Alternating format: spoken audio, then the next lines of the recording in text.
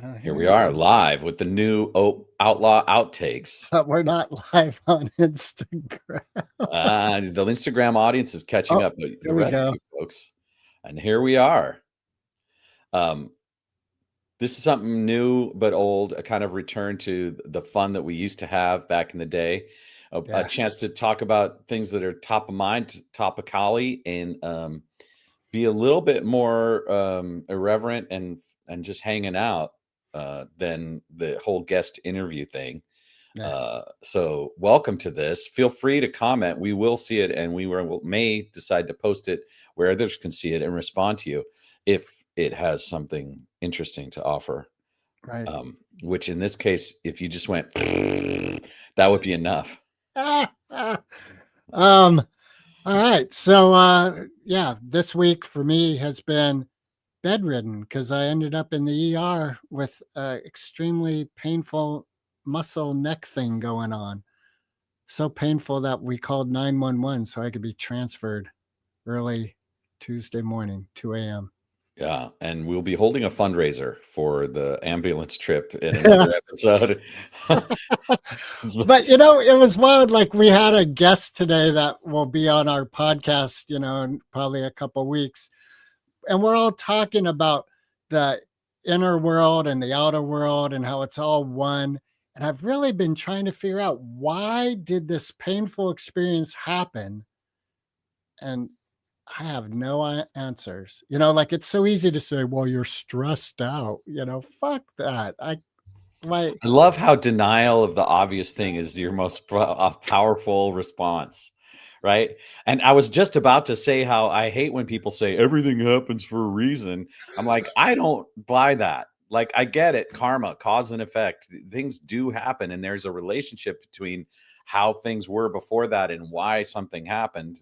And sometimes that's really clear and causal and obvious, but sometimes it's just corollary. It's not causal at all. So, uh, if whatever reason that happened for, well, fuck that reason. And um, I'm glad you're not wearing any neck brace right now, and that you seem to be over the worst of it. And you know what, dude, you can't negate the fact that you're in the middle of this in really incredibly intense characterization in a live theater setting. And so we should let people know that if you're in the Bay Area, you should come tonight and to, tomorrow night and Sunday matinee to yeah, College what and time? Marin. So 7:30 tonight, 7:30 tomorrow night, 2 p.m. on Sunday afternoon for the play Love for the Nightingale, written by Timberlake, and it's for mature audiences. Yeah, It's intense. and not for stiff-necked fools. And yeah, and I'm both those right now. Being diddle. Ding diddle, Yeah. dang nabbit. Dag nabbit. Well, and with those performance times, you can still go to your No Kings March and make it on time Yeah. to see this amazing art. And one of the things we need to do in these modern times is support art and artists, because you know what? We don't need another sequel to the last sequel of the sequel before that. Support drama in its most classical form. Um, yeah. So I woke up today somewhat asleep and fired up by the conversation we had and a Uh, rehearsal that I had last night. And I feel very vibrant and alive right now. And it's not the caffeine talking. all right. Hey, so was it I just spaced out the name of the band. Shark bait. Oh, really? So Tom's playing drums in Sharkbait? No, we have a drummer named Michael J. Oh, it was Tomas that I was there with. Tomas plays bass, Tomas Uh, Machidumat, who's been a guest on the show. right. And also, we have a new returning friend who used to play drums in Commander Casual and the Cool Cat Crusaders, a man named Noah Whitaker.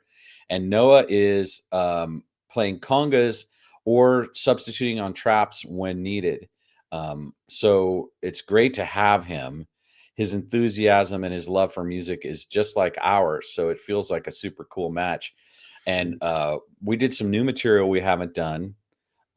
before, and hearing congas on that stuff was so cool. Really added a whole vibration.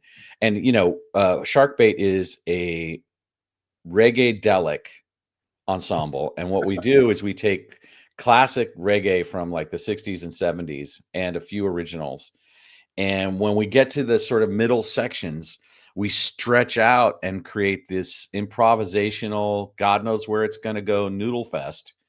And I sing lead and play lead guitar, so it's perfect for me. I get to just fully like pour notes out of my heart on people. And I'm really in love with this. I'm so grateful. And we have a gig coming up on November 21st. All right. Where's it at? That's in Forestville at Forestville Club in Northern California, and it's free. And it's part of Mr. Boom Productions, formerly MC Radioactive. And so there's going to be a whole bunch of other talent there.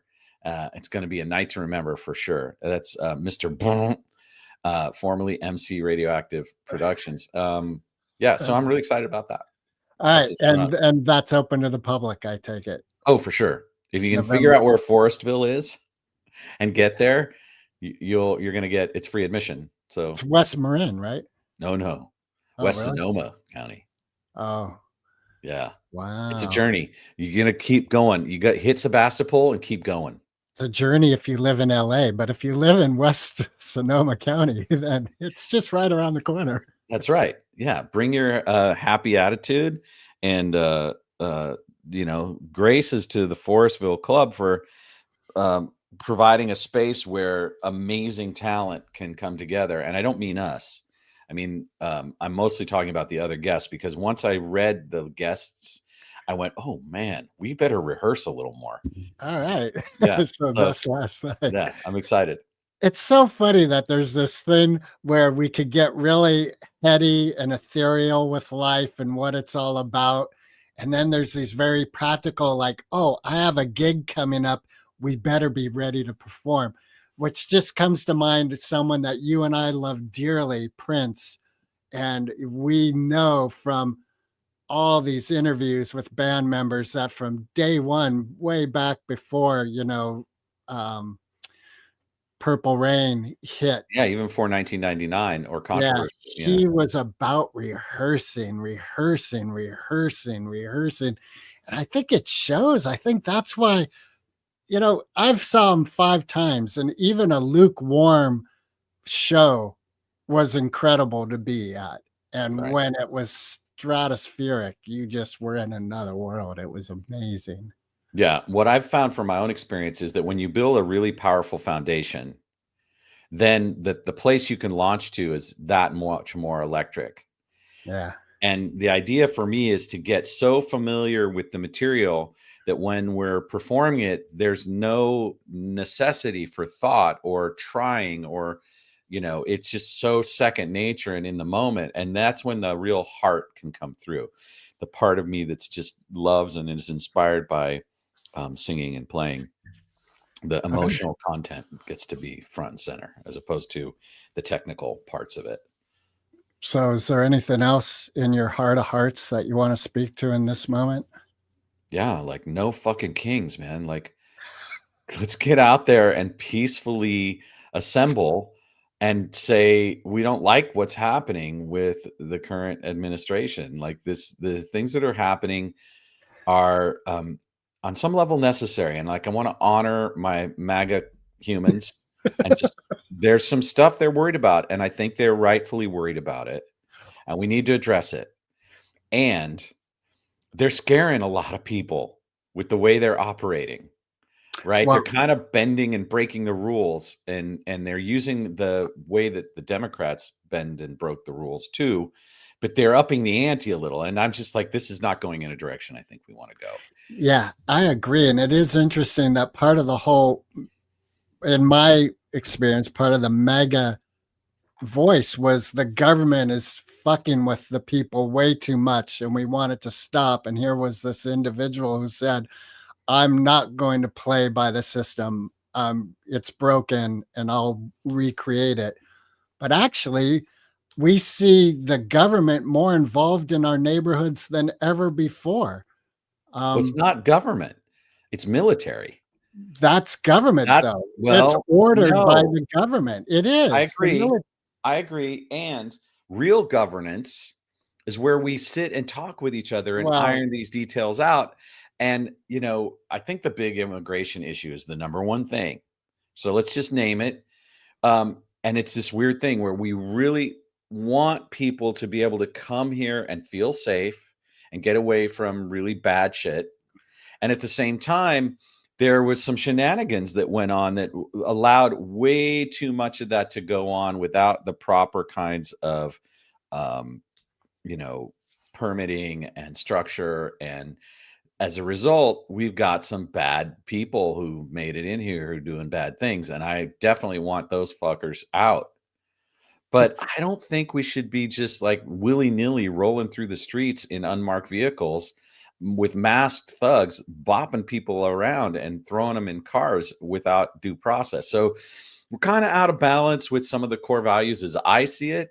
And I think the biggest thing that I would want as someone who used to be a Democrat who now is an orphan politically, my former Democratic allies, would you please stop using the word fascism and throwing around the evil story about how the way MAGA is operating? I don't think that's actually helping the cause for any of us because it just creates more adversarial relationships. Now, granted, it's easy to disagree with some of that stuff. And frankly, there's stuff I disagreed with, like that whole thing they did to Bernie in 2015. That was some fucked up shit, DNC. Like, yeah. I'm not down with you anymore. I don't know exactly how I'm going to do it, but I'm not going back. I did I'm going to vote for the lesser two evil things for too long. I'm done. So, I don't know how helpful that is. Maybe it won't be. But I've reached my limit. It's like a bad relationship that's over. And so here we go, forward into a new possibility. Well, I don't want to live on the Republican MAGA side either. I don't identify there either. So I don't know. I was I'll just say this. When Elon Musk talked about the America Party, I was like, yeah, truth, right? Right. Honesty, transparency. Like, we're going to stop the shenanigans with all the money that gets spent in weird ways. But even that went way too far. Like, there was no real process there. They were just like, all right, let these guys in. We're going to hack the computers and then we're going to stop giving money to anybody that we don't like. I mean, the amount of people that were impacted by what Doge did, and there are people that are suffering malnutrition and water loss. And like, there were some things that they really dismantled that shouldn't have been dismantled. And there was some shit like Chelsea Clinton got multiple tens of $1 million from USAID. And I'm like, under what universe does she need to have multiple millions of dollars? Like, it didn't see anything in there. So yeah, I got a lot to say. And might be a good response. I'm totally down with that, right? I don't think I figured it all out, except that I figured out for me that this is not working. And the first word in the name of our country, what is it? We. No, the name of the country. We? Oh, the. Okay, what's the second word? Oh, we got to go through the whole alphabet? Maybe. Depends on you, buddy. How well do you know this alphabet?